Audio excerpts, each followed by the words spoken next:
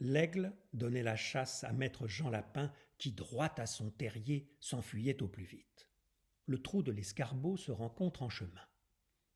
Je laisse à penser si ce gîte était sûr, mais ou mieux, Jean Lapin s'y blottit.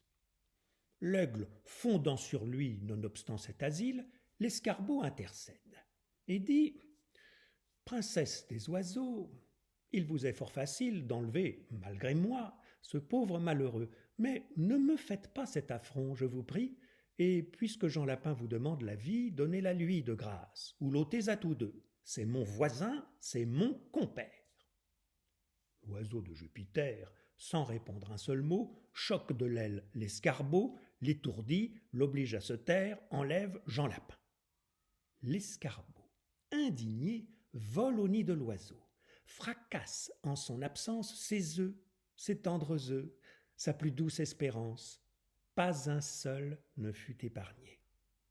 L'aigle étant de retour et voyant ce ménage, remplit le ciel de cris, et pour comble de rage ne sait sur qui venger le tort qu'elle a souffert.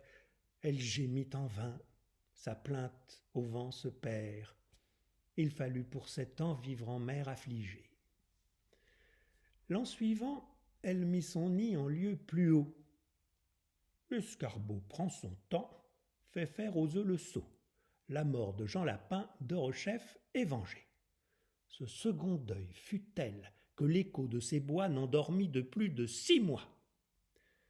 L'oiseau qui porte Ganymède du monarque des dieux, enfin, implore l'aide, dépose en son giron ses œufs, et croit qu'en paix ils seront dans ce lieu, que pour ses intérêts Jupiter se verra contraint de les défendre, hardi qui les irait la prendre. Aussi ne les y prit-on pas. Leur ennemi changea de note, sur la robe du dieu fit tomber une crotte, le dieu, la secouant, jeta les œufs à bas. Quand l'aigle sut l'inadvertance, elle menaça Jupiter d'abandonner sa cour, d'aller vivre au désert, de quitter toute dépendance, avec mainte autre extravagance. Le pauvre Jupiter se tut. Devant son tribunal, l'escarbeau comparut, fit sa plainte et conta l'affaire. On fit entendre à l'aigle enfin qu'elle avait tort.